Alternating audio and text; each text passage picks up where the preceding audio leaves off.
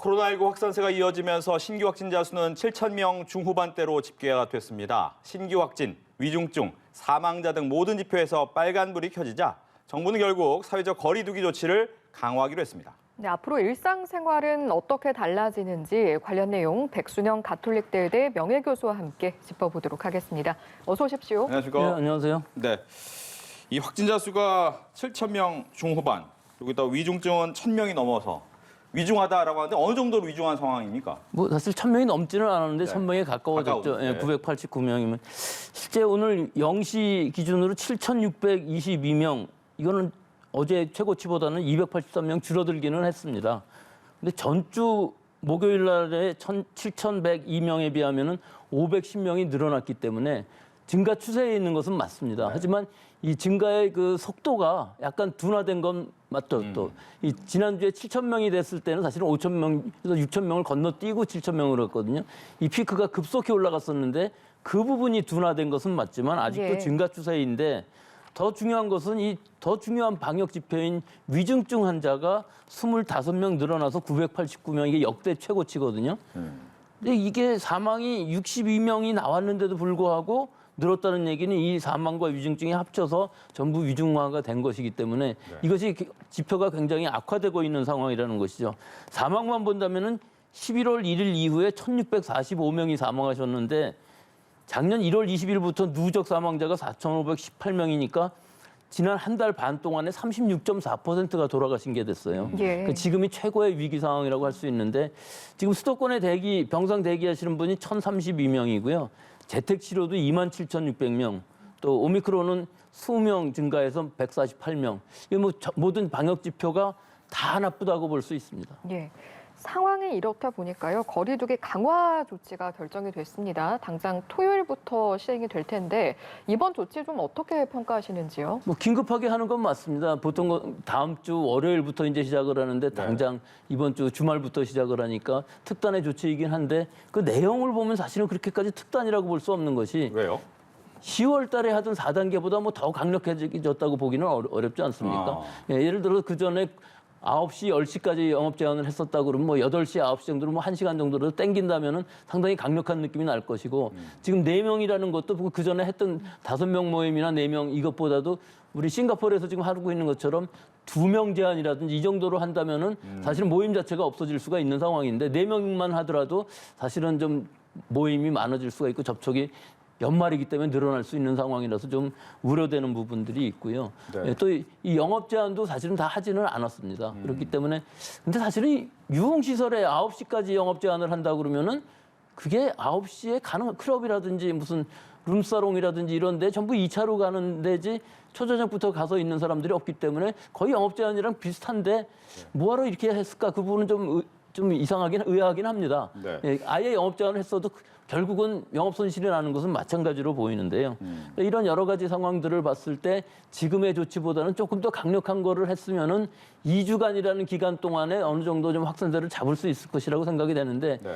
지금 이렇게 하루에 8,000명 가까이씩 나오는 상황에서 이 정도의 방역 조치로 과연 얼마나 효과적으로 빨리 떨어뜨릴 수 있을까 하는 것은 좀 의문스럽긴 하지만 예. 다른 효과들도 있거든요. 3차 접종의 속도는 상당히 빨리 가고 있는 부분들이 있고 또 방역 패스라는 것을 적용하는 부분들이 있기 때문에 사실은 좀 보호되는 부분들도 있고요. 미접종자들이 아직도 60세 이상이 100만 명 정도나 있기 때문에 이분들은 아무리 뭐 3차 접종을 우리가 강조해도 1차 접종도 받지 않으신 분들이기 때문에 네.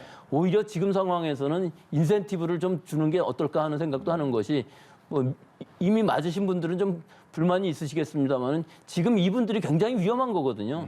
예, 10%도 안 되는 한 8% 정도의 미접종자가 거의 반 이상을 사망자 위중증을 차지하고 있기 때문에 이분들이 결국 의료체제에 부담을 가게 하는 것이기 때문에 뭐 한 10만 원 정도의 이 복권 같으면 좀 더 큰 거겠지만 소비 쿠폰 10만 원 정도라든지 미국에서 하는 게 한 100불 정도 되거든요. 네. 그리고 지금부터 뭐 한 달간 1차 접종 받으신 분들한테는 뭐 복권을 좀 준다든지 하는 거. 뭐 거부감은 있겠습니다만 우리도 이런 것들을 시도하는 것이 국민 전체의 보건 건강을 위해서는 좀 바람직하지 않나 그렇게도 생각해 봅니다. 그러니까 정부는 이제 인센티브보다는 우선 방역 패스의 강화에 초점을 좀 맞춘 것 같은데 과거에는 이제 6명, 4명 여기 있을 때 1명은 미접종이어도 괜찮다라고 하는데 이번엔 그게 안 되는 거잖아요. 아예 안 됩니다. 네. 네. 4명이긴 한데 그 4명은 전부 백신 접종 완료자, 즉 백신 패스, 방역 패스가 적용되는 시설이 되어버린 거죠.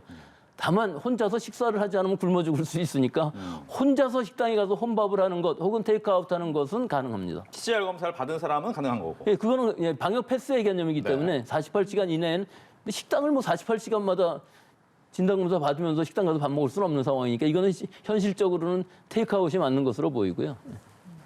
앞서 잠시 이야기가 나왔습니다만 시설별로 보면 어떤 곳은 밤 9시까지고 또 어떤 곳은 10시까지고 예외로 하는 곳도 있고요. 이게 어떤 기준으로 이렇게 차이가 발생하는 겁니까? 아마 지금 유흥시설 또는 식당, 카페 같은 데는 다 9시고요. 이 3그룹의 시설 중에서 영화관, 공연장, PC방 이 시설의 특징을 보면요. 이 안에서 취식만 하지 않는다면은 마스크를 벗지 않고서도 있을 수 있는 상황이긴 한데 예. 여기서 사실은 영화관이나 공연장은 그다지 긴 시간은 아닐 수 있습니다. 뭐 길어야 2~3시간인데 PC방의 경우는 사실은 좀 다르지 않겠습니까? 그렇죠. 장시간 환기가 안 되는 밀폐된 안에서 물이라도 계속 마시고 한다면은 그 안에 환기가 제대로 안 될 가능성이 높아서 이런 PC방 같은 데는 좀 위험하기는 합니다만 어찌됐든 이 기준 자체가 마스크를 벗지 않는 시설은 1시간 정도 더 영업을 연장해 주겠다 하는 의미인 것으로 보이고요. 네. 또 한 가지는 이 청소년들이나 학생들이 이용하는 학원 같은 경우는 일단 대상에서는 빠졌습니다. 그래서 지금 뭐 연말이고 입시 시즌이기도 하기 때문에 네. 이 부분들은 이 시간 제한에서 제외한 것으로 보입니다. 네. 이제 학교가 조금 있으면 방학에 들어가긴 하지만 전면 등교를 하고 있다가 이제 일정 좀 밀집도를 또 낮추겠다라고 얘기를 했습니다. 효과가 있겠습니까? 예, 이 부분 효과가 있죠. 대면 수업 때문에 실제로는 이 어린 학생들 사이에 있어서의 이 조용한 전파들이 많이 일어나고 있는 상황이었기 때문에 또 예방접종을 못 맞는 아이들도 있거든요. 지금 네. 아직 5세에서부터 11세까지는 예방접종 자체가 아직 승인이 안 난 상황이기 그렇죠. 때문에 전체적으로 학생들의 밀집도를 낮출 필요가 있었고 초등학교 1, 2학년은 전면 등교가 가능하고요. 3학년에서부터 6학년은 4분의 3, 중고교는 3분의 2로 등교를 조정을 해서 밀집도를 줄이는 방향으로 하고 근데 대학인 경우에는 지금 다 방학 아닌가요? 지금 그렇죠. 시기가. 예, 그렇기 때문에 아마 계절 수업이나 이런 거 하지 말고 뭐 세미나 같은 거 열지 말고 이런 것들을 얘기하는 것 같고 전 뭐 전에 하듯이 여러 가지 세미나들 같은 것들도 다 온라인으로 한다면은 큰 문제가 없기 때문에 지금까지 했던 그대로 방식대로 하면서 내년 봄까지 대학은 보통 3월이나 지나야 3월 첫째 주, 둘째 주나 대학 개강을 하기 때문에 네. 대학에서는 큰 문제는 없는 것으로 보이지만 사실은 대학도 밀집도가 있는 대학원생들의 공간은 또 방학 중에도 계속 등교를 하기 때문에 이런 부분들에 있어서는 방역에 좀 철저하게 해야 되겠습니다. 네, 저희가 함께 짚어본 이 같은 조치에 대해서 김부겸 총리는 상황에 따라서 필요한 속도 조절이다 이런 언급을 하기도 했는데 또 일각에서는 이 속도 조절에 나선 시점이 골든타임을 놓친 게 아닌가 이런 지적도 있거든요. 어떻게 보세요? 골든타임은 뭐 벌써 지나간 것 같습니다. 예. 일단 10월 지나면서 사망률, 위중증 화율이 상당히 높아지고 있고 확진자 수도 계속 증가 추세에 있었거든요. 네. 그래서 좀 11월 1일에 시작하는 게 빠르다 생각은 했었는데 11월 달에 말씀하시기를 일단 4주간 이행해보고 그다음에 2주간 평가를 해서 그 다음 단계로 가겠다고 했었는데 그때 완화된 게 너무 컸었죠. 그러면 이 4주가 지나면서 11월 초가 됐을 때 12월 초가 됐을 때 이 예. 시기만 하더라도 사실은 3,000명 넘어가지 않았었어요. 그렇죠. 예, 또 중환자 수도 300명대였습니다. 이 시기가 최악의 상황으로 그 시점에서 보면 가고 있었거든요. 위중증화율 사망률이 12월 달에 엄청나게 높아졌어요. 위중증화율이 2.5%가 넘었었는데 이게 9월 달에는 한 1.5%였거든요. 그렇기 때문에 위중증 환자가 늘어나고 또 사망자가 늘어나는 게 눈에 보이는 상황이었었는데 이때에도 수도권에 매우 낮음이 아니고 중간이라고 했었어요. 네. 예, 수도권이 아니고 수도권이 중간이라고 했기 때문에 이건 좀 국민들의 인식과 상당히 많이 차이가 있었죠. 예. 그리고 이 비상계획 발동을 해야 될 시기가 됐음에도 불구하고 즉 위중증화율 또 사망자가 많아지고 중환자 병상이 75% 이상 차게 되면은 비상계획을 발동한다는 기준을 세웠음에도 불구하고 그것들을 안 했거든요.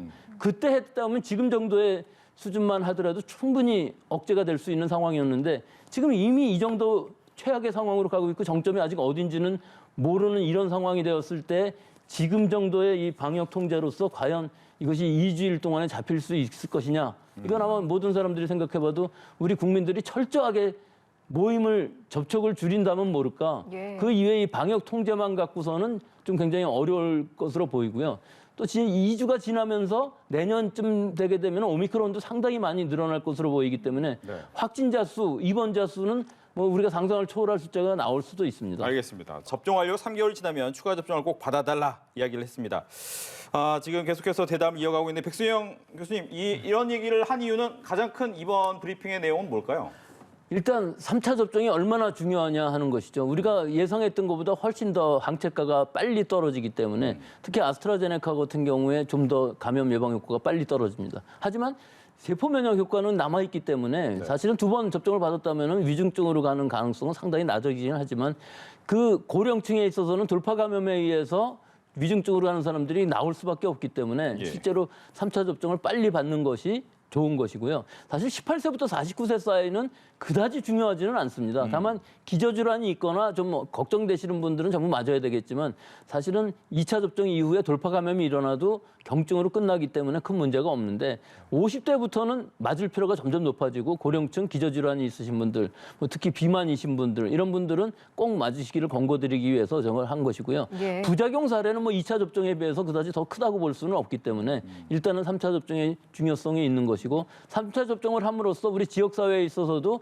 감염, 유행의 축소 효과, 억제 효과는 분명히 나옵니다. 그렇기 때문에 지금 3차 접종의 속도가 상당히 빨라짐으로 해갖고서 예. 감염이 어느 정도 퍼지는 것을 막아주는 효과는 분명히 있는 것으로 보입니다. 관련해서 한 가지 여쭤보고 싶은 것이 조금 전에 이제 정은경 청장도 추가 접종 이상 반응 신고율이 1차, 2차 접종보다 3차 접종이 낮다 이런 언급이었는데 이게 실제로 추가 접종을 하면 이상 반응이 나타나는 게 확률이 좀 적어지는 건지 아니면 1, 2차를 이상 반응을 겪으신 분들이 걱정이 돼서 추가 접종을 안 해서 이런 결과가 나온 건지. 뭐 여러 가지가 있는데요. 예. 사실은 뭐 3차 접종이라고 그래서 부작용이 더 줄어든다든가 이런 거는 없지만 여러 번 맞다 보니까 이제 좀 신고율이 줄어들 가능성은 충분히 있고요. 우리나라는 좀 특수한 상황이 또 있습니다. 다른 그러니까 미국 같은 데에서는 아스트라제네카를 승인 안 했었는데 우리나라에서는 아스트라제네카와 그다음에 두 번째 교차 접종으로 파이자 맞으신 분들도 상당히 있고 그 이후에 또 추가 접종을 하기 때문에 아스트라제네카 2번 접종 받고 그다음에 파이자나 모더나 접종 받는 경우 또는 아스트라제네카, 파이자 받는 경우, 뭐 아스트라제네카 받고 모더나 받고 여러 가지 그 조합들이 그렇죠. 상당히 복잡하기 때문에 이 3차 접종을 받았을 때 mRNA 백신을 받게 되면은 사실은 젊은 층에 있어서는 1차 접종 받을 때와 마찬가지 상황이 나올 수가 있는 상황이기 때문에 이 접종 후에 교차 접종 후에 부작용 사례에 대해서는 조금 더 연구가 돼야 될 부분이 있고 우리나라만의 특수한 상황들도 많이 있기 때문에 좀 더 추가 보충되는 이런 연구 자료가 필요한 상황이라고 보겠습니다. 제 주변에서도 가장 많이 하는 얘기가 백신의 접종률이 70%를 넘어가게 되면 충분히 여기에 대한 집단 면역이 생길 것이다 라고 예상을 했는데 시간이 가면 갈수록 지금 계속해서 환자 수도 늘어나고 위중증도 늘어나는데 어떤 부분에서 착오가 있었던 겁니까? 뭐 착오라기보다는 일단은 그 70%라는 개념을 생각할 때에는 바이러스 자체가 달랐었죠. 우한이나 뭐 영국 알파 바이러스 같은 경우에 있어서 그 70% 정도면은 어느 정도 집단 면역까지는 아니더라도 유행의 억제 정도는 되겠다고 생각을 했었는데 이 델타 바이러스가 인도에서부터 나오면서부터 이것이 뭐 지난 여름 이후로는 전 세계적으로 우세종이 되어 버렸기 때문에 이 백신의 예방 효과가 그만큼 떨어져 버린 것이죠. 그래서 지금 상황에서는 우리 국민의 100%가 맞는다고 하더라도 집단 면역이 될 수 없는 상황이 되어 버렸기 때문에 지금으로서는 집단 면역이라는 얘기를 할 수가 없는데 사실은 집단 면역이라는 것보다는 그거에 가까워지는 상황, 관리 가능한 질병으로 만드는 것. 그것은 치명률 한 0.1% 전후, 뭐 아주 커도 0.2%까지 관리 가능하다면은 이것이 충분할 수가 있는 것인데요. 지금 오미크론이 만약에 전 세계적으로 우세종이 된다면은 델타 바이러스보다는 분명히 병독성은 더 약한 것으로 보여요. 그러니까 일시적으로 전파력이 강해서 많은 사람들이 감염되고 입원을 한다 할지라도 입원에서의 초기 치료만 잘한다면은 또 먹는 치료제가 파이자에서 나오는 것이 5일 이내에 복용하게 되면 88%, 3일 이내에 복용하면은 89% 중증 입원 예방 효과, 사망 예방 효과가 있거든요. 그러니까 우리가 백신을 좀 잘 맞고 3차 접종까지 하고 먹는 치료제가 있고 또 상대가 좀 약해진다면은 내년 봄 이후에 날씨가 따뜻해지면서 어느 정도 관리 가능한 질병이 될 수 있는 가능성도 있는데 여기서 좀 한 가지 우려되는 부분이 지금은 전 세계적으로 델타 바이러스인데요. 네. 오미크론이 이제 침범을 하기 시작하면 어느 순간인가는 뭐 반반 정도가 되고 더 넘어가는 순간이 있지 않겠습니까? 예. 그러면 이 두 가지 바이러스가 한꺼번에 감염되는 사람들이 굉장히 많아질 겁니다. 이 코인펙션이라고 그래갖고 네. 이렇게 그 감염되었을 바이러스 때 한 번에 들어오는 거죠, 한 사람한테. 그렇죠. 한 사람한테 그 주변에 두 개의 바이러스를 갖고 있는 사람들이 많다면은 네. 그 두 사람한테 다 접촉을 해갖고 한 사람이 감염될 가능성이라는 건 이게 굉장히 높아지는 것이니까. 즉 지금 상황은 전부 델타이기 때문에 그런 코인펙션이 없는데 네. 오미크론이 굉장히 전파력이 빠르면서 점점 늘어나서 세를 불린다면은 두 개가 공존하는 시기들이 있을 수밖에 없습니다. 뭐 그것이 5대 5든 4대 6이든 어느 순간인가는 오미크론이 다 휩쓸겠지만 이 시간이 길어지면 길어질수록 코인펙션 되는 사람들, 동시에 감염되는 사람들이 늘어나면은 과연 이것이 그 안에서 변이주가 나타나지 않을까? 이 두 가지의 강점을 다 갖는 놈이 나오면 이것도 또 곤란한 거거든요. 예. 보통은 전파력이 강하면은 독성은 좀 약해진 쪽으로 가는 것이 맞는데 델타가 그렇지 않았거든요. 이 전파력도 강한 데다가 독성도 사실은 강했습니다. 우리가 면역이 강해지는데도 불구하고 인류가 백신에 의해서 면역력을 얻고 자연 감염에 의해서 면역을 얻는 인구가 점점 늘어나는데도 불구하고 위중증 환자 사망자는 줄지 않은 상황이거든요. 그렇죠. 바이러스 자체는 굉장히 독해졌다는 걸 뜻하는 것이죠. 예. 오미크론은 유전자의 여러 가지 구조들을 보면 분명히 뭔가 손상이 됐어요. 병독성은 약할 수는 있는데 이것이 지금 어느 정도 병독성이 약해질지 이것이 우리가 관리 가능한 수준이 될 것인지 아직은 좀 더 지켜봐야 됩니다. 예.